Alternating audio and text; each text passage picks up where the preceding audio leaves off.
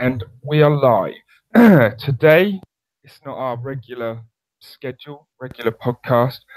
We're just here with a little catch up on everything that's been going on in the heavyweight division because it's actually been quite crazy.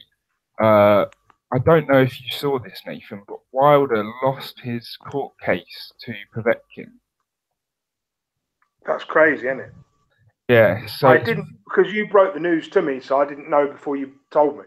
well, it was actually broken 5 days ago by Russia Today, and it's saying US boxer Wilder loses 4.3 million in Povetkin court case, claims Russian fighters team.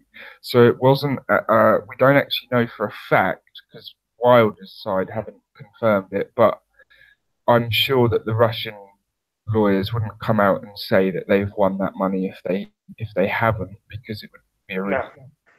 a really stupid thing to do. The information was also confirmed by the vice president of Mir Boxer, Andrei, Andrei Rybinski. So if Rybinski's confidently saying it, I feel it's probably a true statement. So this actually calls into question the Povetkin fight.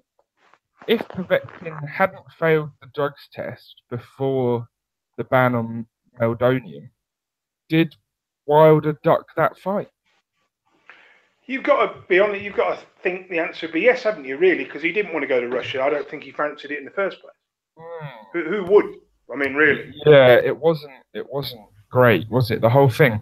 I remember Povetkin failed the test for meldonium, and I was saying at the time it can stay in your system for a long time. He might be able to prove that he took it before the ban on Yeah. that substance, and so that's what's happened, it seems. And so I think But that makes Povetkin a two times cheater rather than a three yeah. times cheater. But do you blame Wilder for not taking? Because I don't. Because it was risky. If this guy In had got some any of this ways, drug, I don't, right? But at the same time, he's lost $5 million, which is bigger than his biggest ever payday over this issue. And so I don't blame him, but I think his promoters are going to blame him a little bit. I They're don't. going to. I think you should. If they're looking for a blame, they should look at Povetkin and his people for being bloody cheats.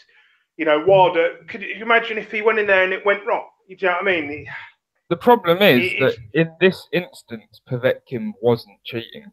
He took the but what banned about? substance before it was banned. And so Yeah, but what that's about when he fought Stiverne? When he was meant to fight Stiverne, the same bloody thing happened. similar thing, yeah. I don't disagree. You know my thoughts on Povetkin. I don't particularly like him. I think he is a cheat. But in this instance, it seems he wasn't cheating, and so it has screwed over Wilder badly. It's left him in He's come off worse, yeah. it's left him in a real stupid position. So he's lost this court case to Povetkin, or Povetkin's management team, and on top of that, it's rumored that he's going to be fighting Dominic Brazil. Oh, you yawn. Yeah, it's sort of yeah, because they were once involved in some fight in a hotel lobby, weren't they? Like in About a year and a half ago, yeah. yeah, and so there's some sort of beef over that still. Uh, Basically, yeah, that's my prediction is that Wilder's going to fight Brazil. There's not a lot of talk about it at the moment, but who is there actually talk of Wilder even fighting next? I mean, it's ridiculous. There was talk of Whyte. There was talk of Whyte. Then there was talk of Joshua, but he's priced himself out. So, I blame his advisors and his management and lawyers are a bunch of idiots. Well, here's the thing, right? He's going to be the rumor is his next payday is like $2 million against Brazil. He could have fought Whyte for 7 million, and that's a lot more money. And he's going to need that money to pay back his promoters that 5 million he's cost them. They're going to want they're going to want a bigger percentage of that AJ fight now, aren't they? That's the truth of all of that. That's what it comes down to. Yeah, but it's so straightforward. Take a fight with AJ, even if it's not the cut you want. Take it, win it, and prove everybody wrong, and then you become the biggest star in boxing. Yeah, I agree. I agree. Um, it's one of those things where you could get uh, a flat fee in the first fight and a percentage like 60% in the second fight if he wins. So, but here's the other thing: if you're not ready to fight AJ for that sort of money, surely take the Whyte fight for 7 million. It's his biggest payday It's easy time. money. It's easy money. Well, it should be for a world champion. I think it's a tough fight for both of them, but I think it should.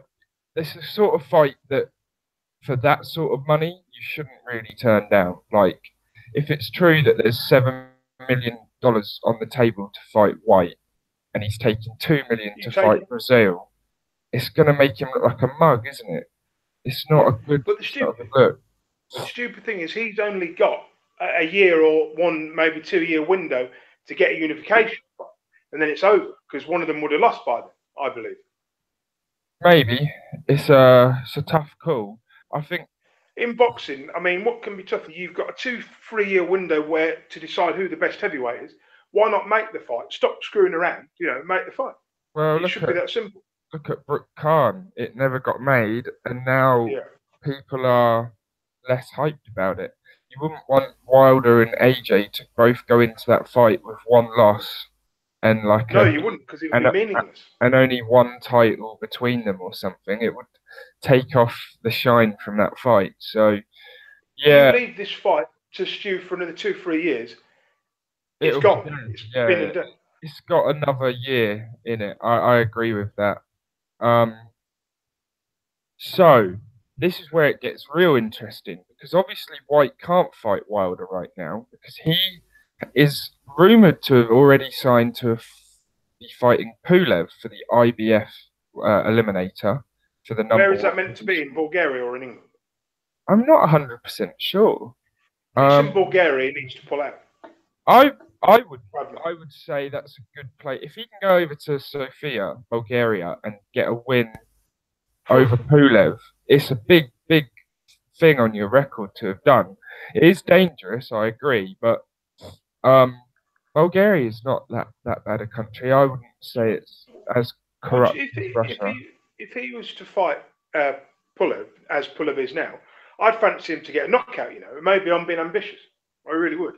Pulev's aging, and we haven't seen him in the ring for a while, so I would kind of agree. I just think that Pulev's got some skills. I think it'd be a good fight. I think if you look at Whyte versus Hellenius, it would be like that. Be similar to that. But with Pulev having a bit more stamina than Hellenius. But here's where it gets even more interesting, right? Ortiz has been ordered to fight Whyte for the WBC eliminator. How? It's ridiculous. So he's got a choice to whether he wants to fight Pulev or Ortiz. You'd take Pulev, wouldn't you, out of the two? Oh, God, yeah. Definitely, yeah. But if he loses to Pulev, where does he go? That's a good question. But if he loses to Ortiz, where does it? I suppose then he can go and fight Pulev. It is a good point. Defeat against Ortiz would look a lot better than a defeat to Pulev, in my opinion. I agree in some ways. I think a defeat at this point is a brutalizer, whoever it is to. So, yeah. Do you think it will go like the Chisora fight or not, or do you think it will be? I think it will be a different result. What, Ortiz Whyte? No, Pulev against Chisora. Some people may be thinking it's the same as that. It's going to end up the same way. No. Whyte's got more ambition than Chisora had when he fought Pulev. That's the truth of it. Chisora didn't really show up for that fight. It's similar to the Ajit Caballero fight. So, yeah, no, I don't think it would go the same way, personally. But, yeah, so there's all of that interesting stuff going on in the heavyweight division. But I also saw an article, I think it was 9 hours ago. I believe Tyson Fury has officially received his boxing license. That's correct, yeah. From what it was actually 2 hours ago from the Daily Mail. He's posted a picture of it. Tyson Fury shows off his new boxing license as he edges closer to ring return in June after registering himself as his own manager. God, you gotta love Tyson Fury, haven't you? Tyson Yeah. is I got some video playing. Tyson Fury is set to make his long-awaited return. Former world champion showed off his new license on Instagram on Monday. Officially back, watch me go. The heavyweight also registered himself as his own manager ahead of his own return. That's brilliant. That's typical Tyson Fury stuff. That is right there. I did hear a rumour that was taken in World Boxing News. I don't know if it's true or not. That his next opponent was Sefi Safari, who is a former opponent of Manuel Charles. Yeah, I've seen that. I heard about that. I saw that on Boxing Gossip when he was talking about the odds of who it will be. I don't think it will be because Frank Warren poo-pooed that quite strongly. I think Frank Warren also poo-pooed the idea that it would be on pay-per-view, so that's good. So it's Wouldn't not. it be good for his sort of opponent to be someone like an Houston? You know, Yes. someone who's as. Or I think you got some decent fighters out there. Rudenko would Frank be a good Warren fight for him. ridiculed the idea of a Kevin Johnson match, but I don't think that would be too terrible as his first comeback, as long as he stepped it up from there afterwards. There's a few guys out there. There's a geezer who's just beat Adrian Granat. We actually didn't cover that fight. I've forgotten his bloody name. I know who you mean. No, it's really recently. I'm not sure we even talked about it. It was. Have a look on the box rec, because I know who it is, but I can't remember his bloody name. Adrian Granat. Otto Wallin. That's it. Otto Wallin's meant to be fairly decent. Yeah, then maybe that's a bit of a tough fight because he absolutely schooled Granat. It was. Did you watch the fight? I haven't actually found it anywhere yet, but I will try to find it somewhere. Alexander Dimitrenko, he beat Granat as well. That's not a bad.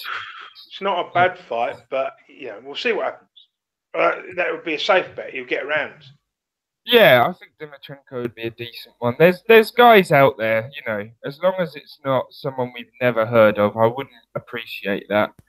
But yeah, it's good to see that he's actually got his license. It's not just hype talk anymore. It's not just bullshit. It is reality now. That's great news. That is great. I look forward to seeing the guy come back because he obviously he's my favourite out of all the heavyweights. Yeah, for sure. So we watched the Hey Bellew. Gloves are off the other day. It's interesting because I watched Boxing Gossip's video. I don't know if you saw this, and he had the complete opposite take to you and I. He thought that Bellew seemed more rattled. What did you catch that video? I did, and I'm thinking, what were you watching the same thing as me, Tom? That's what I was thinking. Yeah, you couldn't have been watching the same thing as me and Luke. It's the first time I've ever disagreed with him so massively. I think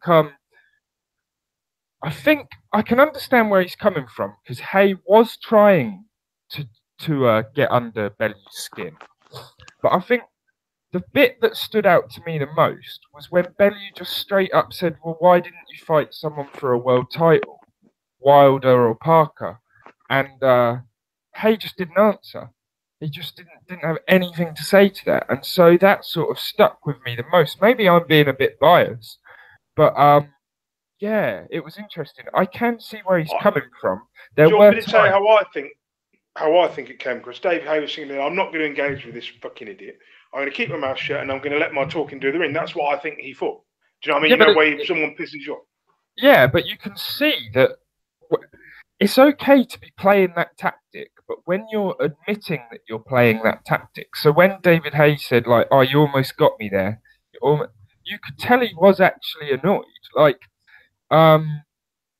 that's the thing. I think Tony Bellew's annoyance in that video wasn't so much. I think he was annoyed that Hay wouldn't bite properly, but I don't think he was rattled as much as BG. I think Hay is annoyed that he's in this position in the first place. That's what pisses David Hay off. You can tell.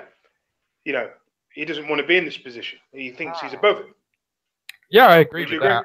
Yeah, I agree with that entirely. That's what it seems like. But you know, it was a good video from BG. It's good to see different opinions. I don't, you know, there's no beef there. There's no hatred. There's just, I think we were probably looking at it from very different perspectives to come to I those. think we were looking at it as if how we would handle it. I think that was the problem. We were looking at it from how we would handle it personally, haven't we? Not I from how they suppose. were handling it. I think. Yeah, I think that's a good point. I think that's a good point. I definitely, you know, I can see his points that at times Bellew did seem rattled, but to me that just kind of I seems felt. like Bellew's normal personality. He's always on edge like that at press conferences. You know what? I felt like giving David Hay a pair of some tissues just to say, you know, wipe your tears, mate. Yeah, that's the thing. It was that bad.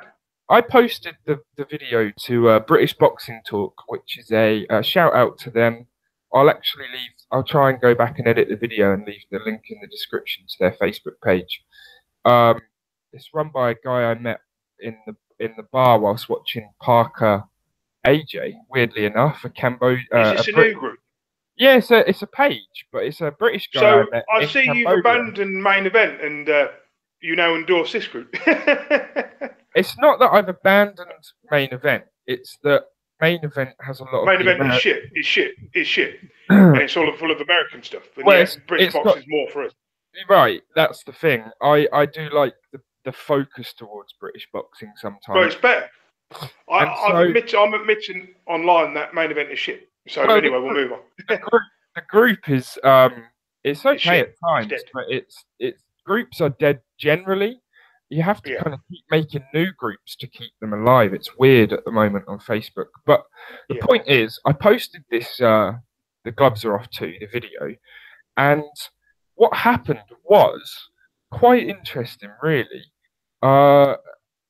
The owner of the page sort of agreed with me and you and said that David Hay looked teary-eyed, but quite a few other people had BG's opinion on the comments as well. So it's obviously split opinions that gloves are off, which is interesting. It's good to talk about and it's good to look at why. But yeah, it was for me. The reason I bring it all back up is because we didn't actually make predictions. This is a tough fight to predict. I've seen everybody flip-flopping on it. You can't know what Hay's going to bring to the ring after last time. It's so difficult to guess. So do you want to be the brave one and go first? I am, yeah. I think Hay's done. I don't see... He's dug himself in such a big hole. I think Bellew's going to either knock him out on winning points. I think Hay is mentally beaten. Would you agree with that? That's what I think. I think he's done. I think he is done, and I think even if he wins this fight, it's going to be very hard for him to win big fights at the elite level of heavyweight. But he could still win this fight with one punch. He could. That's the problem. It's so hard to know. I personally predict, I'm going to go out on a limb, and I'm going to say Bellew wins by late stoppage again. He should do, yeah. This time, no Hay injuries. I don't think he'll just tire in the latter rounds. I predict. But the only thing is, if Hay's going to win by knockout, it has to be in the first 6 rounds. Otherwise, he's lost. You know, David Hay. People have this fan. You know, as I had. You know, remember in the first fight where I said Hay's going to murder him. Yeah, well, a lot of people did. It's not just you. So we all lived in fantasy world, so we know that Hay can be beaten convincingly, even if it's an injury or not. You know, I just think he's done. And the days of him... So I never predicted Bellew to win the first fight, but I was one of the few people who said this could be close because Hay has done nothing in 4 years. And I didn't think Bellew would do as well, and I certainly didn't predict the injury. But I did think it was going to be closer than just like a demolition job. I think this fight is going to be what I predicted in the first fight. I think it's going to be quite close. I think Hay has slowed down enough to where he is actually, I hate to say this, but on a fairly similar level to Bellew. He might be a bit above Bellew on his best day, but I don't think he's much better than Bellew anymore. And that's really, it's sad to say, but that's the truth. Can we be honest? David Hay would struggle to beat Daniel Dubois, wouldn't he? I have to be honest. I don't like to say that, but he would. Yeah. Yeah, but Daniel Dubois is a monster giant heavyweight as well. So, but you wouldn't pick David Haye to beat Joe Joyce, would you? Or Tony Bellew right now? I wouldn't do. I'd pick him to be in a good fight. I think Joe Joyce, he might. I don't know. It's a tough one. Joe Joyce is a monster. He's not Bellew as well. You know. I just think, who would you pick in Parker versus Haye? I'd pick Parker all day long. Seriously. At this point in his career, I would too. Maybe. But in his prime, it would have been in his prime, I'd pick Haye. In his prime, I'd pick Haye to beat Parker. So yeah, that's good. We both come out. We both think Bellew, maybe stoppage late. That's interesting. I do think Haye looks shook. I'm gonna watch the gloves off again, and I'm gonna try and watch it with BG's perspective in mind. But it was interesting. Can we just be honest about it? David Haye is like one of those people who said, 10 years ago I was a world champion. Everyone remembers me. But now this new generation of people like Joshua and they've taken my spotlight. I'm jealous. I want it back. That's how it comes across. He comes across as really bitter, doesn't he? About seeing Joshua and the others. Maybe I'm wrong. Bitter somewhat. I don't know if it's bitter. And jealous. I think here's the problem, right? He made a lot of money in his career, but I don't think he made Anthony Joshua money ever. No. I don't think he got close to that. The problem is he was around in an era where there was a 7-foot guy who couldn't move to save his life. The Klitschko's were all the champions. He had an easy world title to win. Joshua's done it the hard way. Obviously Haye was only a cruiserweight. He wasn't meant to win a world title. He wasn't meant to achieve what he achieved in his career, but he did. Yes. And that's how I'd rather remember him from his first career, not his second career. Yes, I think that's the best way to look at it. That he's had 2 careers, and the second has been not. It's like looking back. Glorious. But it's like, to put it another way, it's like looking at that car you owned 10 years ago, that won you that world title in a race or whatever. It's not the same car anymore. People age. That's the worst thing that happened to David Haye. He got old as a fighter. Same thing that happened to Ali. Got old. Well, I think for Haye particularly, it's an odd one because he's a small heavyweight, and so that much weight on a small body never really suited him in the first place. And so he was always going to have a short career compared to most heavyweights. So, it caught up with him faster. However... But when you look... Sorry. No. Go for it. When you look back, it's kind of sad to see Haye in this position when you look at it back from 10 years ago. It's really sad. Yes. And it's hard for me to watch. It's hard for me to watch, that was, as an old David Haye fan. Yeah, I think this is what's interesting. I think people who are David Haye fans or ex-David Haye fans from the old days, I think they're far less forgiving at this point because it's just too painful. It's the same with pricing.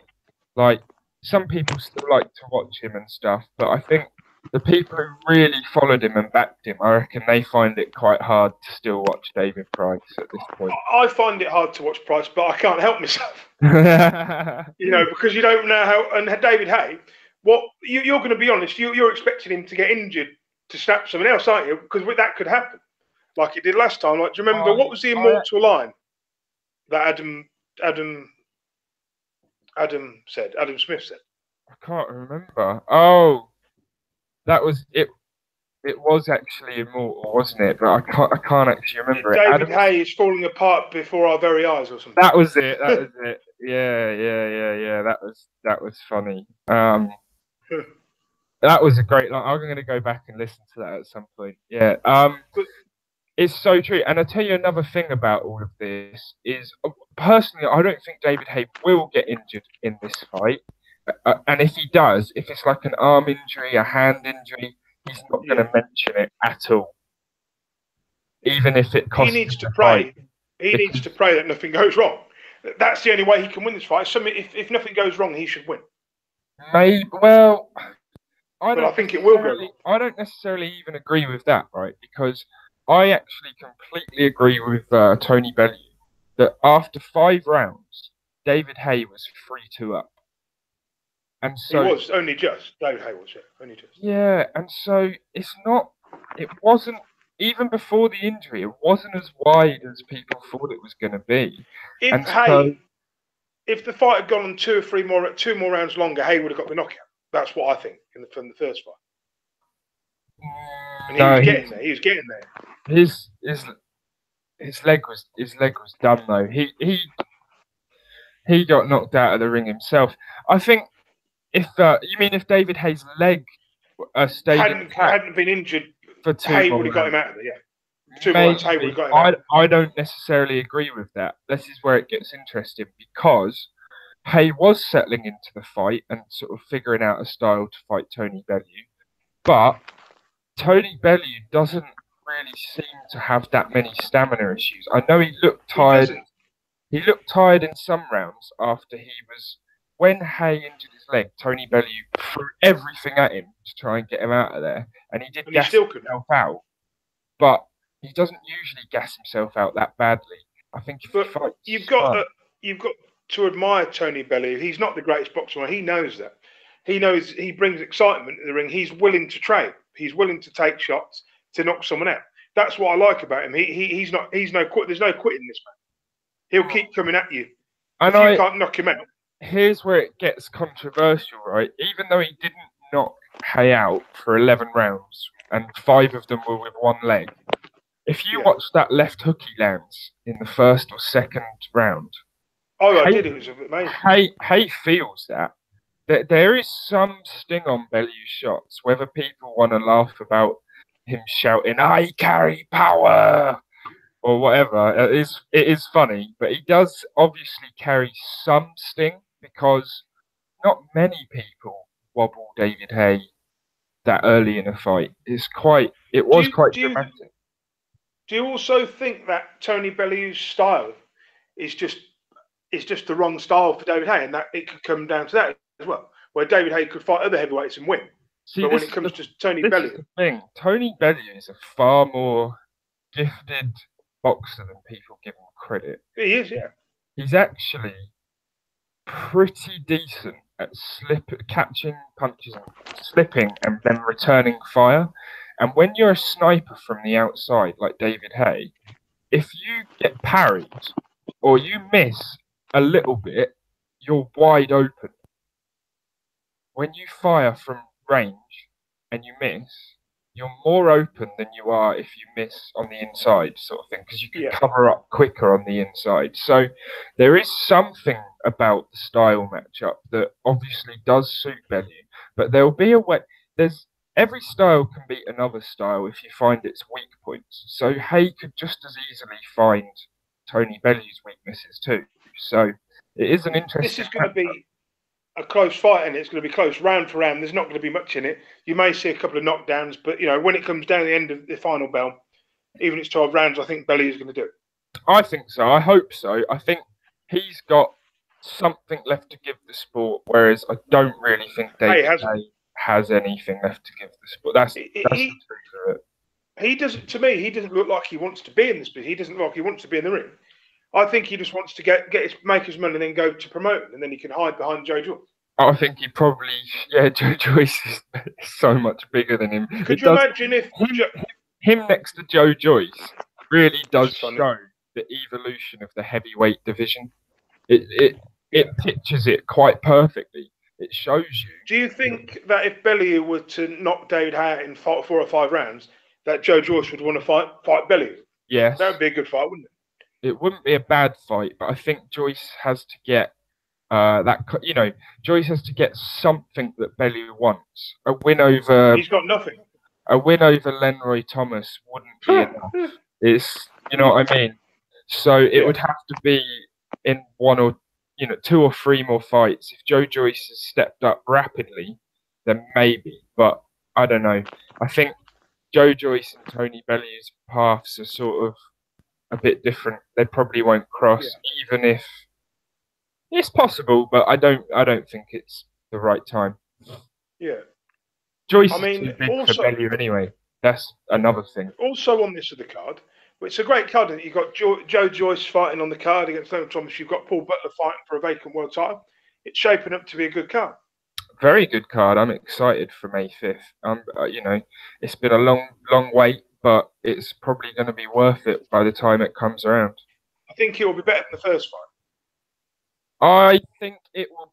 I don't think so. It could be a better boxing match. I don't think it'll That's be what I mean. more. I don't think it'll be more exciting because the last fight had everything. Like that was just a real once in a million exciting night sort of thing. So I don't think the fight will be more exciting necessarily, but I think it could be a better spectacle to watch for a boxing fan. Definitely. I mean, I'm looking forward to it. Yeah. I'm actually going to pay for this pay-per-view for the first time. I'm actually going to buy a pay-per-view in 10 years. Wow. They've hyped it up. They've done that good a job. So I feel like I have to buy this pay-per-view. They've even got Nathan to buy it. The first match was such a mismatch that lots of people didn't want to buy it. But I think this match is actually going to outsell the first one by a long way. It's definitely. I'm going to get it on my Now TV box. Watch it from my PS4 on box office. It's well worth watching this. You know, just because of I'm mainly watching it because of the rest of the fights. I'm not just buying it for the Hay fight because I'm interested in the rest of the card. Yeah, I'm interested in the Joe Joyce fight. It's been put together well. It's been built well. I really look forward to it. What is the rest of the undercard? Apart from those three fights. Let's find out. Joyce versus who did we say? Thomas. Yeah. Has that actually been officialed yet? I don't know if it has. Let's go for Hey.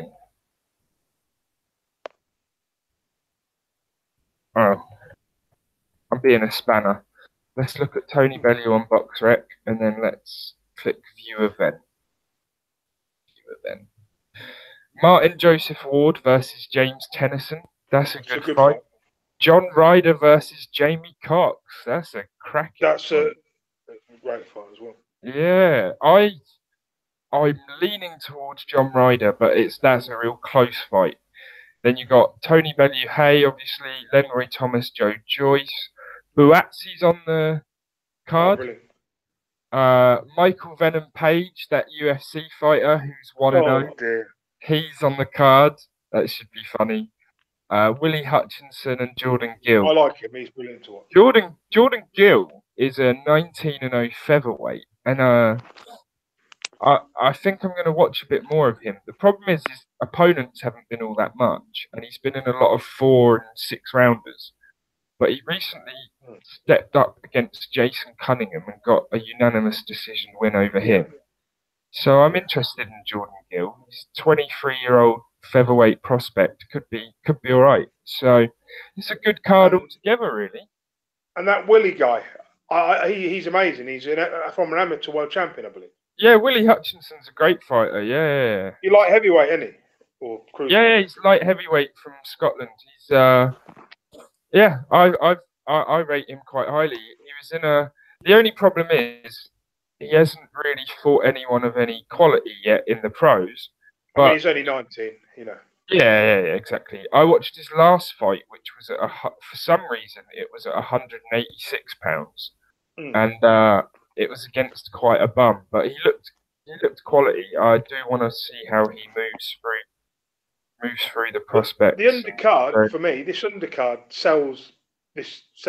helps sell the main event as well, because they put a good domestic card there together. You know, yeah, it's a really good card. To be honest with you, it's actually not as good as some of the other pay-per-view cards in terms of world title name recognition. Right. But it is actually just a really good show all through. There's good 50-50 matchups. You know, Tennyson. That's a great. He's entertaining, isn't he? Tennyson's entertaining. Yeah, and Martin J. Ward's always in a good British scrap as well. So that's a really good fight. Obviously, we're interested to see Joe Joyce versus Lenroy Thomas. I think Joe Joyce is going to. The other day I said Lenroy Thomas might nick it if he's. doing well. I think Joe Joyce is going to murder him now. I think he'll knock him out within 3 or 4 rounds. Yeah, I went back and watched some more of Leroy Thomas's older footage, and it's not pretty. He's not. Dave Allen really should have fucking beat him. That's my. But the fact that David Hayes managed to get him this fight and only fought his 4th fight, I think that's a coup. That's a good step in the right direction. It's a real good step. If he can win the Commonwealth title in his 4th fight and then start defending it, he could get, he could get up to European level very quickly. Yeah. Get to world title level. Forget Fury. Yeah, it's a bad fight for Joe Joyce. That's a real bad fight for Joe Joyce. It's the worst possible matchup style-wise for Joe Joyce because Fury could 12-0 him quite easily because Joe Joyce is slow. He's great. He builds pressure. He's got his own style. But Fury's all wrong for Joe Joyce. It's just not a fight I'd put Joyce anywhere near. Okay. Have you seen any other news that today or the last couple of days that interests you? No, I haven't. Mainly, I started this podcast to have a good discussion of all the heavyweight news because there's been so much of it since our podcast. But I'll quickly have I did hear another one. Yeah, go for it. Did we mention Joseph Parker against Dylan Whyte? We did, didn't we? No. Because apparently that's what I saw that video that Hatman did. Joseph Parker ready to face Dillian Whyte to get back on top. Yeah, he'd step in. Yeah. 19 hours ago. Yeah, and another one. Keith. This is not heavyweights. Keith Thurman has vacated the WBC title. Keith Thurman. Yeah, he's vacated because of his injury. So Sean Porter against Danny Garcia will now be for the full WBC title. That's all right. That's fair enough. Yeah, he vacates the WBC welterweight 6 hours ago due to injury rehabilitation. So they might make him some sort of interim or emeritus. Yeah, that's what the WBC does. Fair enough. I personally think Keith Thurman might move up weight classes. Maybe. Wouldn't surprise you. He's quite a big welterweight. He's rangy. I wouldn't be surprised if he outgrows welterweight by the time he comes back from this injury. So, yeah, it might be why he's not. I don't think he's probably upset to drop the belt, but I don't reckon he's too gutted. He's a good fighter. He can win another world title. Okay. In other heavyweight news, which we probably talked about, David Price has talked about wanting to fight Erkin. Is it Erkin? Oh my God! What's the other geezer? Ajit Kabayel. Yeah, that's about fight. 2 weeks ago. That's a good fight because Kabayel won't knock him the fuck out. Yeah, I'd rather see him fight, Price versus Malik Scott or Price versus Brian Jennings. Yeah. They're okay fights for David Price because he won't suffer horrific knockouts. Although if you do get knocked out by Brian Jennings, it is a bit it's a bit because he's got no bloody power. I saw him in a fight about a month ago. It took him a 20-punch combination and 2-3 rounds. Stop a guy, I remember. Stop this guy. That was fucking useless. Yeah. But other heavyweight news. Yeah. Other heavyweight news that I've heard that Lucas Brown. Do you follow Lucas Brown on Facebook? Because I've been following him. He's been saying I'm going to start taking this boxing seriously now. Well, I just laughed my head off. What? He says he's going to start taking boxing seriously. What was he doing before?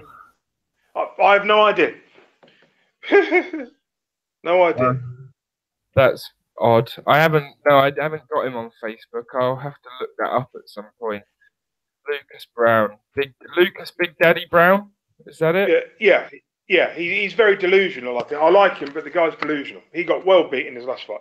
He wasn't in shape, and that's the reality of it. Yeah. His eyes are still pretty... He looks like he's wearing mascara still. I think he does, yeah. That was on the 23rd of April. No. I mean, his eyes are still bruised up from the Whyte fight on the 23rd of April. I am. It was quite a while ago now. you'd think the bruising would go, but yeah, fair enough. I mean, he's talking some crazy shit. If he thinks that he's going to start taking boxing seriously after he loses to Whyte, then he's just an idiot. Yeah, I also think that his day, he could be, he's still an okay fighter, you know. He'd still be a lot of heavyweights. He could still be in some big fights, for sure. He could probably beat the winner of Chara Quendo. That'd be a good fight. Yeah, it's a shame that his career's taken the path it has. You know, I feel bad for him because he's a nice guy. He does seem like an alright guy. He seems like just a down-to-earth, genuine bloke. But he did sort of make a fool of himself around the Whyte fight. And then if he has made those comments about, now I'm going to take boxing seriously, it's like, keep that to yourself. Because you shouldn't be telling people that they were buying tickets to watch someone who wasn't taking the sport seriously. I mean, to be honest, for a guy who didn't take the sport seriously, he won a world title, so he couldn't have been that bad, you know. That's what I mean. I know he was. You shouldn't be, but you also shouldn't be telling your fans that they were paying to travel to Russia to watch a guy who wasn't taking the sport seriously. It's not a good look, is it? So it'd be like David. People need to think more about what. Yeah, it's just people need to think more about what they're actually saying. If you're saying, it would be like David. Yeah, no, you go. Say. It'd be like David Price saying, "I've got the best chin in boxing, but no one's found out yet." It's similar, but this is even more stupid, really, because what you're saying, if you say, "Oh yeah, I'm going to take my career seriously now," that means that you've not taken your career seriously before, and so that's sort of a spit in the face to people who've paid money to come and see. It's a bit stupid, really. So I hope he just stops saying stupid things, gets back in the ring, gets a couple of last paydays, and gets out of the sport. He's already quite old. I don't want to see him knocked out like he was against Whyte again. That was brutal. Yeah. I think we're about done, really, aren't we, mate? Yeah, I think we're done. You've got to go as well. So that was a good little catch up on all the palaver going on in the heavyweight division. Catch us probably Monday or Tuesday for a look back at this upcoming weekend's action. Peace out, everyone.